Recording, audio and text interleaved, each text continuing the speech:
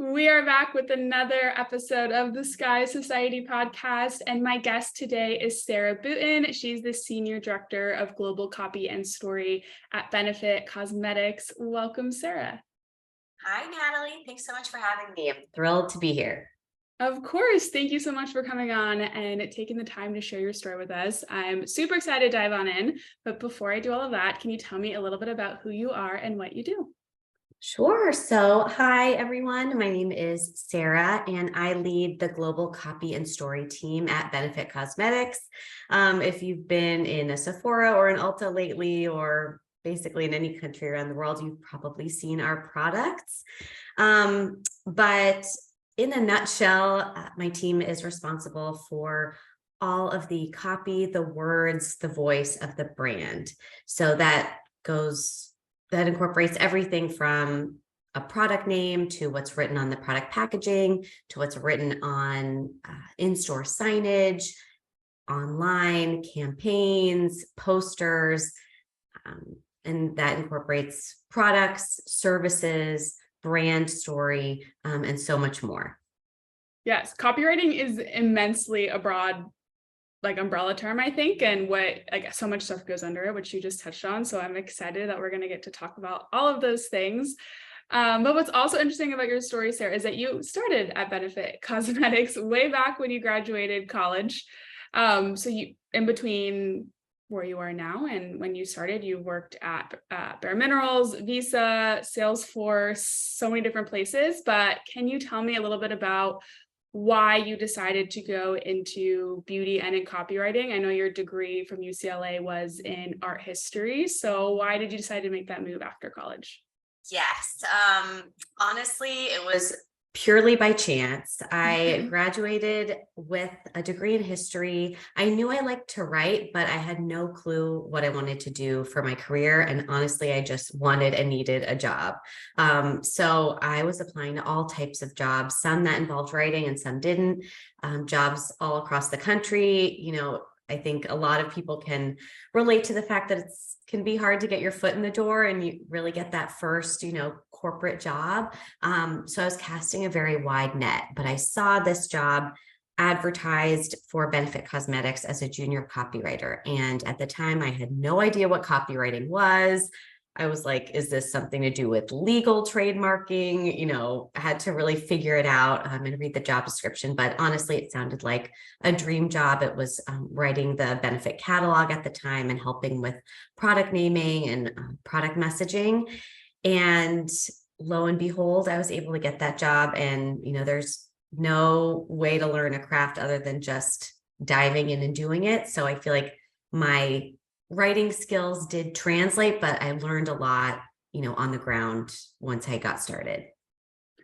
I know this is such a long time ago, so it's okay if you don't remember, but I'm curious at that time, did you have a portfolio of writing work that you presented, or because I know your background wasn't exactly in marketing to start? Yes, that's a great question. I did. I had a few internships when I was in school, writing for different websites and blogs. And I used those, excerpts from my time there as writing samples, but also was prepared to, fill out writing tests. Or I think I also wrote a more creative cover letter, just was kind of looking for anything I could do at the time to show that, I had the skills to get the job done well. Okay.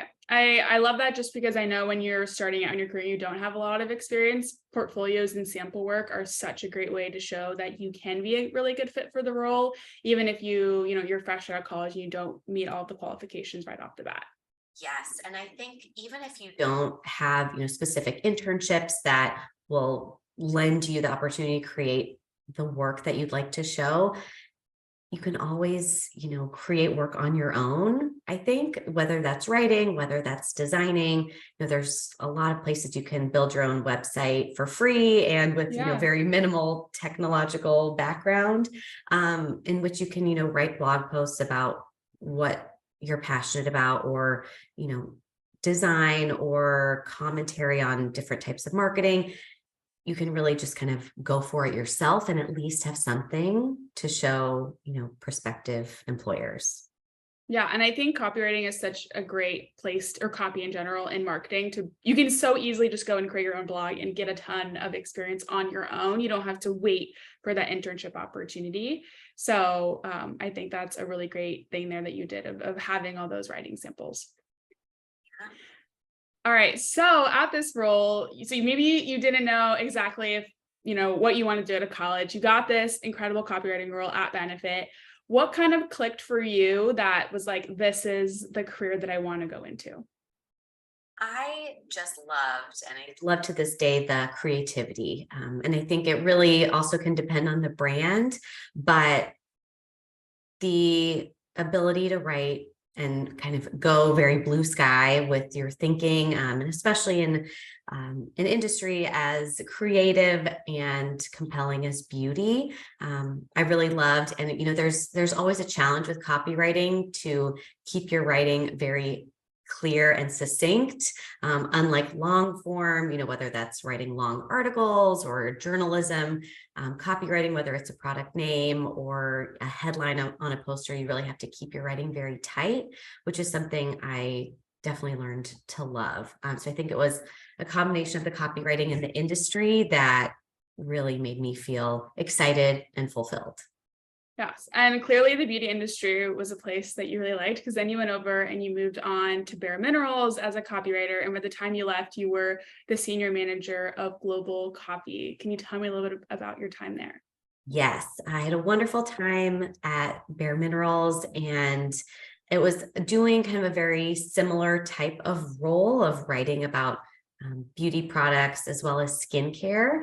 And I think there I was able to kind of take everything I learned at Benefit and really take a next step further by beginning to mentor and then manage other writers, and kind of lifting up a little bit to look at different brands, because at the time we had Bare Minerals, we had Buxom, and then we had a Bare Minerals skincare. So it was almost kind of increasing the portfolio of work I was working on and starting to think more strategically about the parent brand as well as the individual brands. So it was a really good opportunity for me to kind of think bigger, and then start applying what I learned to the work of others through managing. And one of the things that you mentioned to me was that developing a learning mindset throughout your career has always been really important to you, from every manager, every experience, every failure. Well, how did that learning mindset help you throughout these, two really big roles that started your career? And what did you learn about yourself during this time? Honestly, I feel like I wasn't as intentional about learning earlier in my career. And honestly, I wish I had been. It's something I discovered later. I feel like I was just kind of in go mode and, doing my best.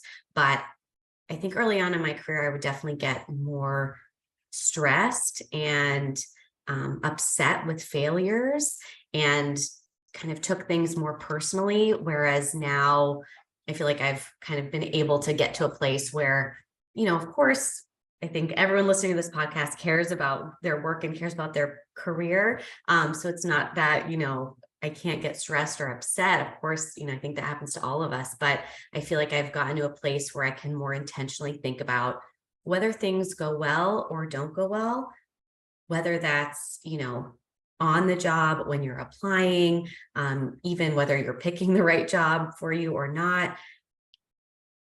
What can I learn from this experience, and how can I apply that learning to the next experience? It can be, the biggest thing of, was this a great email that got received well? Or, it could be as big as, some huge presentation. Just kind of starting to consciously think about, why did this go well, or why didn't this go well, and what can I learn from the experience. And I also feel like there's so much you can learn from the people you work with, and I learned so much starting, from my very first day at Benefit through to now, and I know I'll continue to learn. And something that's helped me is actually going through the exercise of writing down, from, it could be managers you've had, it could be people you look up to, whether it's in your industry or in your company. It could be even people who are peers. there's really kind of no people from, all ages and all different stages in their careers can really teach you a lot. So there was at one point I sat down with a notebook and I listed out every manager I've ever had. And then I wrote down in bullet points things that I admired about them. And then in some cases, also things that maybe I didn't want to bring into my own career. And I think looking at that list really helped me crystallize what, the way I wanted to be as a professional. And, if you can think about listing out people and things you admire about them, if you keep seeing like, oh, I tend to really admire the fact that these different people are great presenters, or that they're really nice to everyone in the office, or that they write super clear emails. Like once you start seeing those things, especially if it's written, you can tell, okay, these are skills that I'd like to have, or these are traits I'd like to work on. And I think that can really help you become the best version of yourself in your career. What an incredible exercise. I love that. So going through thinking of anyone that's come across in your career who you admire in some way, writing out why you admire them. And then maybe if there's things you notice about them qualities you don't want to take with you, writing those out too. And then maybe connecting the dots and kind of saying like, oh, I feel like for me, something that I always admired was people who were brave enough to speak up in meetings. I was like, oh, I always wish that I would be like bold enough to speak up and be okay if my idea got rejected. And so I think that is such an amazing exercise. Yes. And I love that example, Natalie, because once you see, okay, I admire people who speak up in meetings. Well, then what's the next step? It can be a little hard to kind of put that, once you have these kind of crystallized thoughts, how do you actually put them into action? And I feel like the best way is to start really small. So I think, and I definitely didn't start my career as someone who always spoke up in meetings.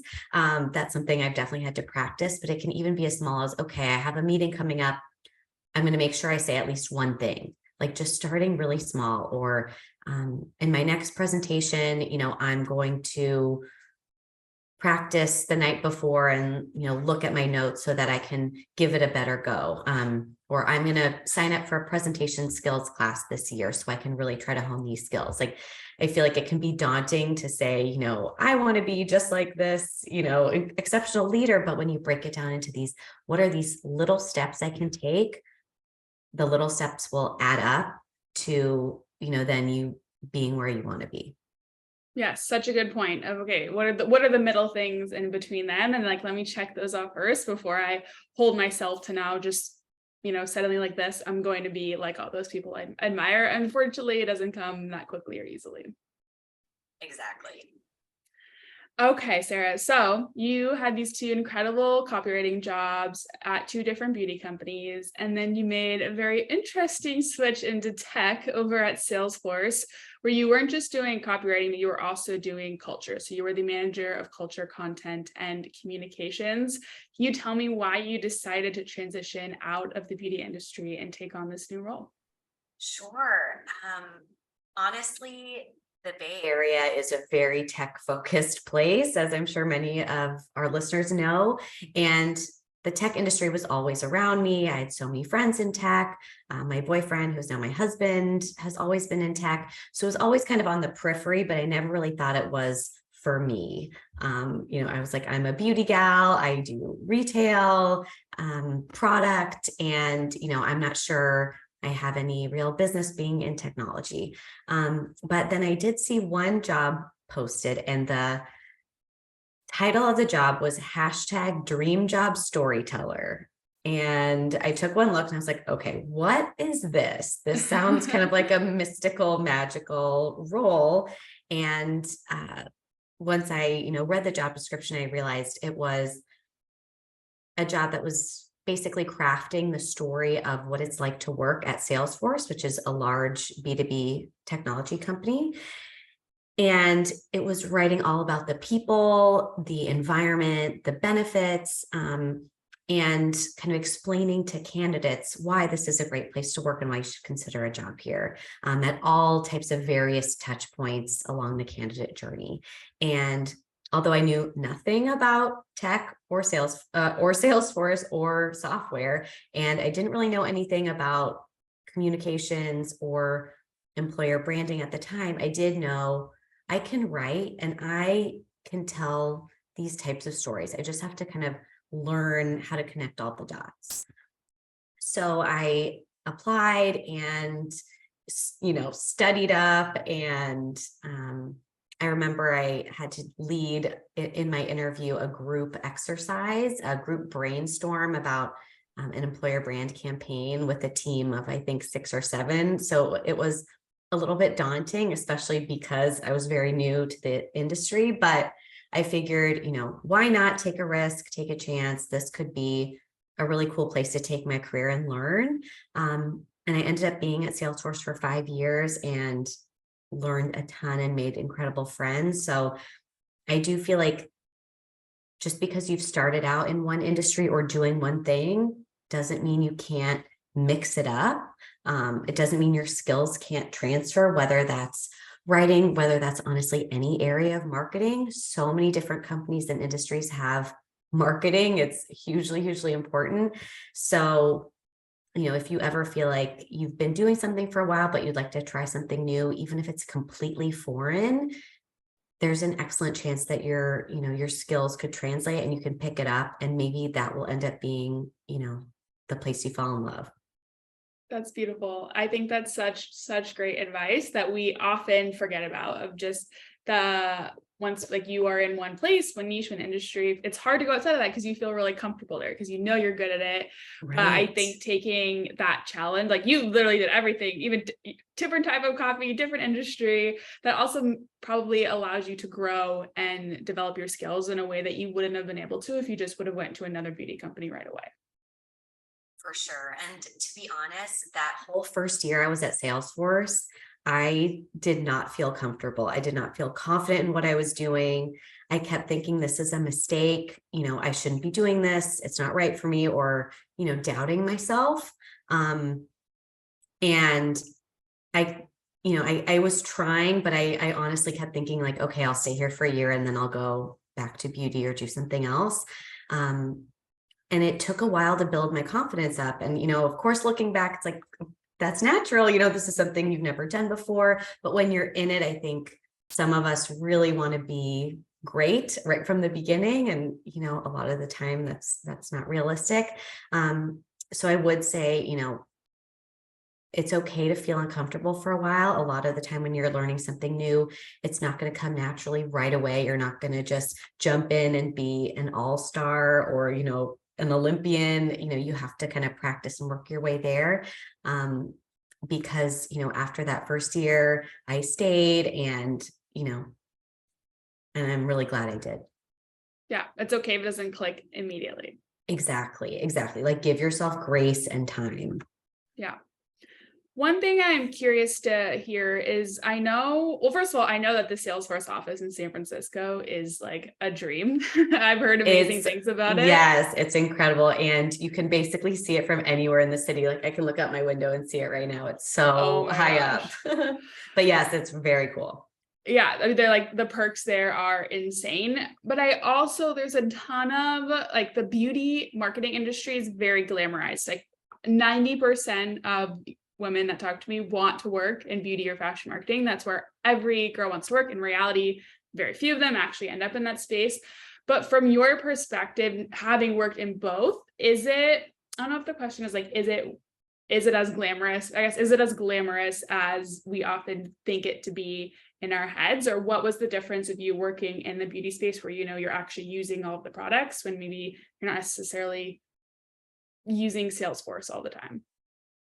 That's a great question. I mean, I feel like, there's incredible perks and, so much to love about both industries and companies. I do think beauty, from what I hear, is different from fashion. So I don't know if I can speak to Yeah. fashion. In my head, it seems very glamorous. I'm sure as it's very well. different. Yes. But they're just these things when you're young and you're like, that is the dream. I want to work for the makeup company that I wear every day on my face. Right. And I feel like a big part of the difference is that I am so passionate about beauty, and, I am a product junkie, and I love learning about skincare and, watching TikTok tutorials. So I feel like just that connection, lends, so much to being very fulfilled in my career at Benefit. Of course, there are wonderful perks, and the perks just look different, I would say, from, being at Benefit versus Salesforce. I wouldn't say one's better than the other. And I know every company has kind of its own culture and, its own benefits. So I do think, when you're considering where to work, it's important to look at those things. But ultimately, I think the most important thing to drive your happiness is, will I like the people? Will I like what I'm doing every day? Do I believe in the company? I'm really glad you said that, because I'm always on a mission of like, you can be happy outside of beauty. It doesn't need to be fashion or beauty for you to be happy at your job. It's the circumstances, exactly what you said. It's the people that you work with, it's your environment, it's all of those things. Absolutely. And I loved my time at Salesforce. Yes, it's software, but, I made incredible friends. I had so much fun. And I learned a ton and got to travel a little bit. So I do think, it's good to expand in your mind, the type of work you'd be happy in, because there's probably a lot more places you'd be happy in, than you think. Yes, I'm so happy you said that. I love it. Amazing. Okay. You were at Salesforce for a very significant amount of time. I think you said almost 5 years, right? And then you switched over and you were at Visa for just a little bit as the director of global employer brand communications. Can you tell me about your time there? Yes. So this, I feel like, was a great learning opportunity, kind of going back to what we talked about earlier. I left Salesforce for Visa. Again, I feel like after 5 years, I was ready for my next move. And this was a role that was similar, focused on, employer brand communications externally. And, I had been working there for only 3 months when I got a call from my, previous boss at Benefit.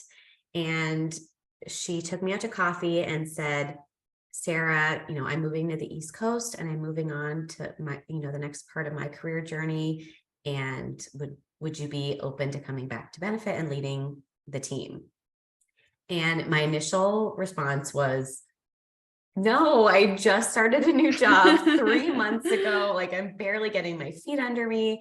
And also at the time, I was pregnant. So I was just like, this is too, I was just like, this is too much. Like, it's almost like my initial reaction was to like cut off the opportunity, because I thought it was the wrong timing.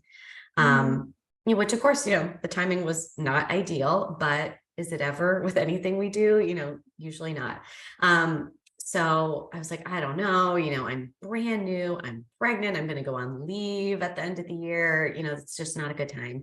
And she said, well, why don't you just come in and, meet with the leadership team and just see, couldn't hurt. Right. And I said, okay, fine. It couldn't hurt.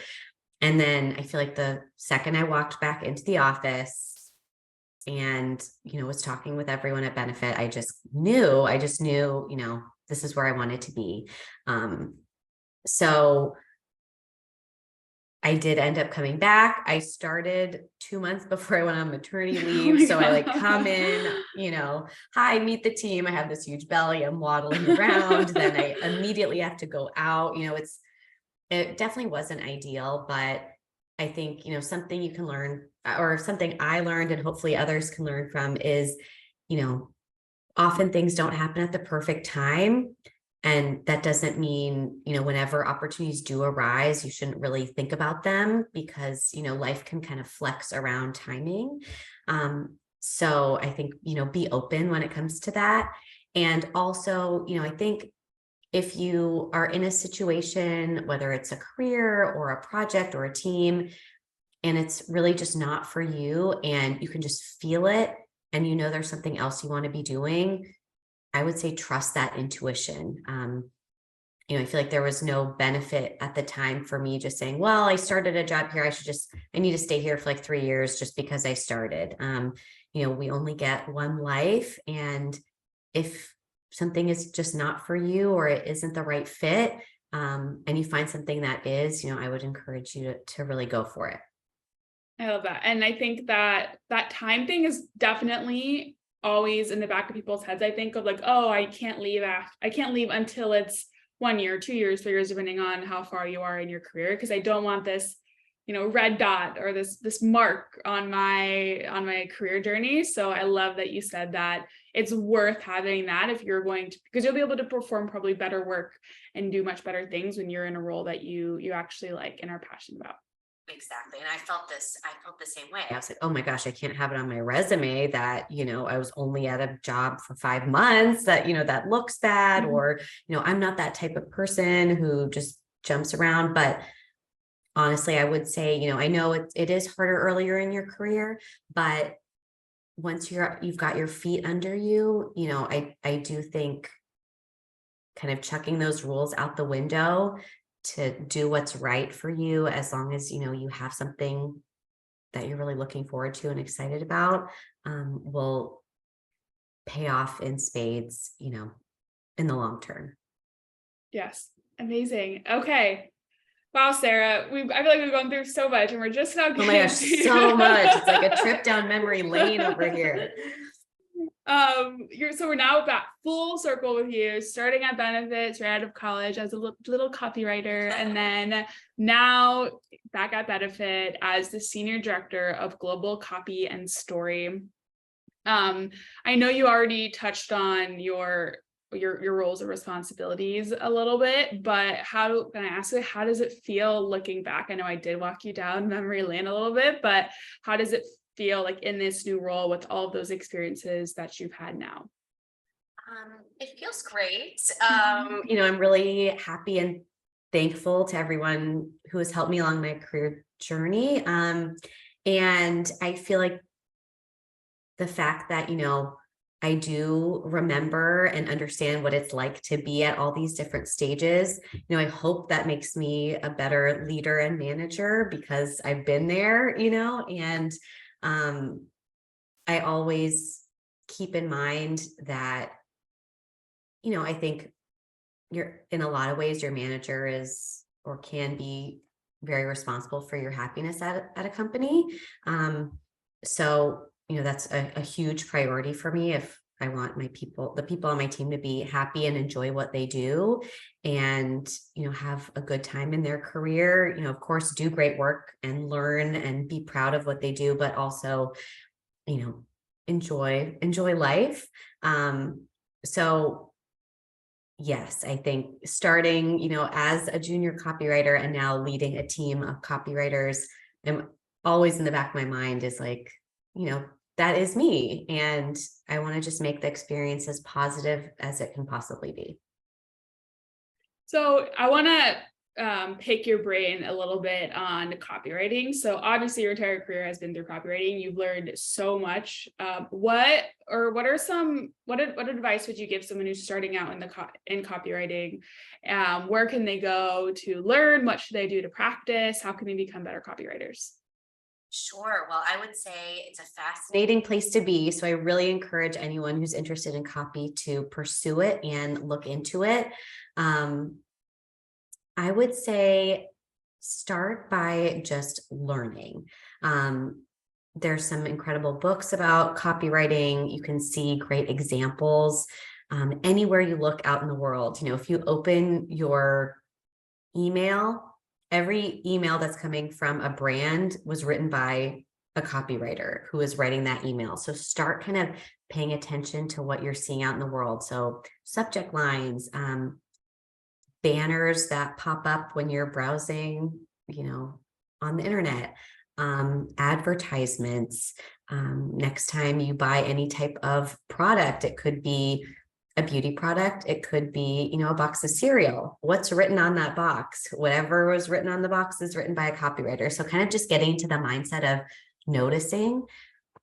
And of course, you can learn from books and, there are great online courses. I think there's some on LinkedIn Learning, but I think just starting to pay attention. And then you'll start, the more you pay attention, the more you'll start to learn, oh, I like this copy, or, oh, that is some great copy. I feel like, when you're just going about the world and not paying attention very closely, things might be able to you might gloss over them and just say, oh, that's a great ad, or, oh, I really want that pair of shoes. But when you start to dive deeper into the why of, oh, that headline is really funny, or, oh, those few sentences really made me want to click more.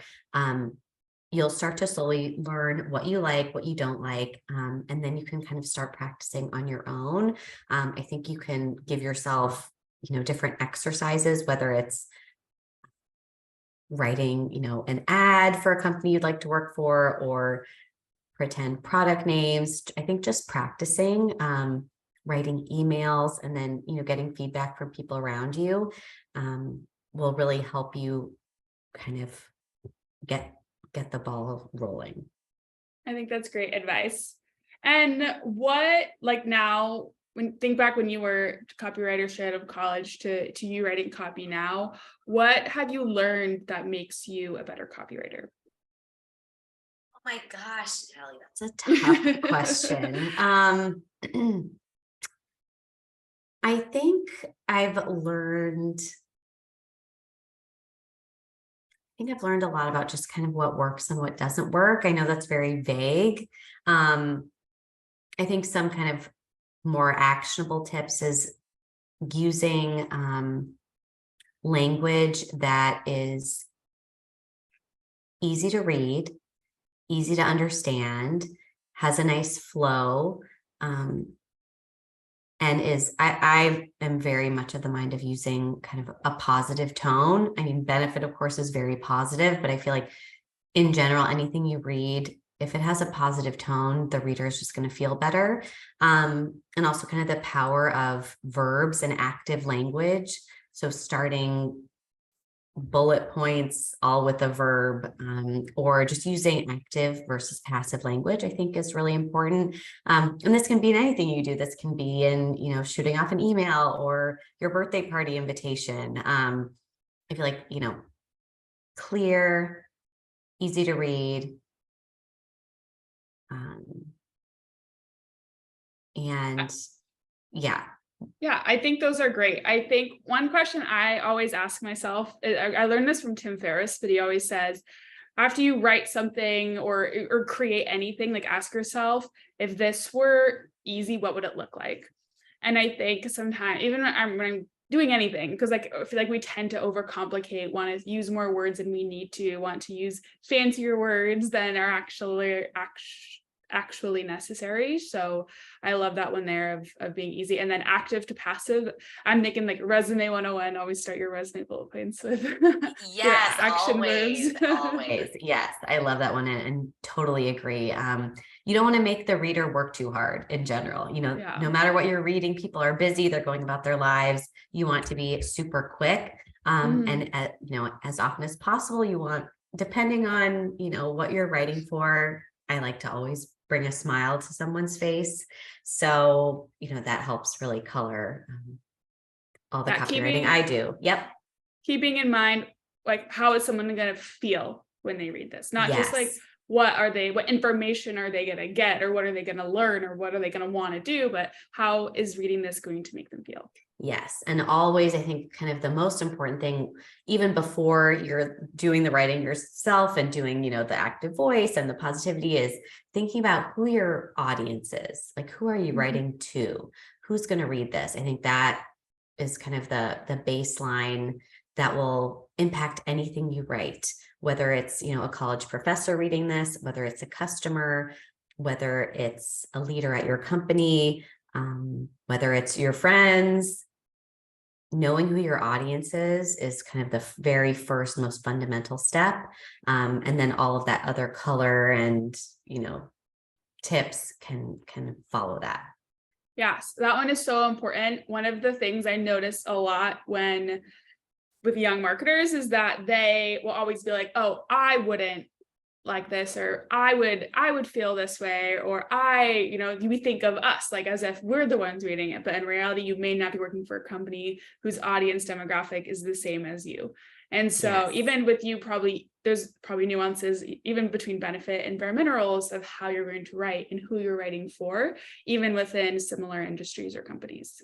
Yes, exactly. And I feel like when it comes to marketing, no matter what type, what area of marketing you're in, understanding your customer the best way you can, that will help with writing, that'll help with designing, that'll help with campaigns, who your customer is, what they care about, where they are, what they're doing, are they just like walking past, a bus shelter? Are they opening an email from you?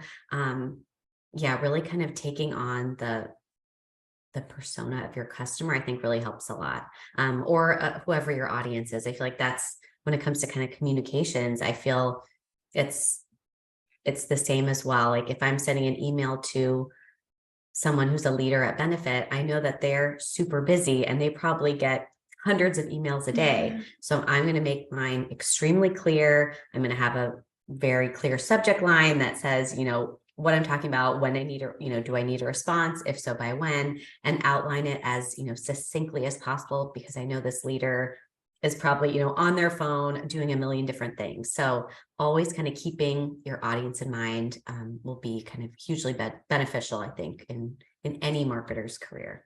Yes, absolutely. All right, Sarah, I think that about wraps us up. You have given us so many actionable tips, so thank you so much through each step. I feel like this is such a good episode to take notes on because we talked about so much. I think my last question to wrap it up is, do you have any last advice to share with young marketers? Oh my goodness. Well, I would say, just to leave everyone, I would say believe in yourself. And I know that can be hard. I definitely, especially earlier in my career, struggled with self-doubt. And I think we probably all, even, up to kind of the highest executives, probably struggle with moments of self-doubt. But I think, it's so important to be your own advocate, market yourself, and be kind to yourself. Everybody makes mistakes. Everyone starts their career somewhere. People don't just like pop from college to be a VP. So I feel like, giving yourself the grace to learn, to fall down, to pick yourself back up, whether that, whether you want to do affirmations or, self pep talks, or just realize, through every experience, you will learn something and you'll continue to grow. And just know that, no matter what it is, if you want to do it and you want to learn, you can and you will. So be kind to yourselves, everyone.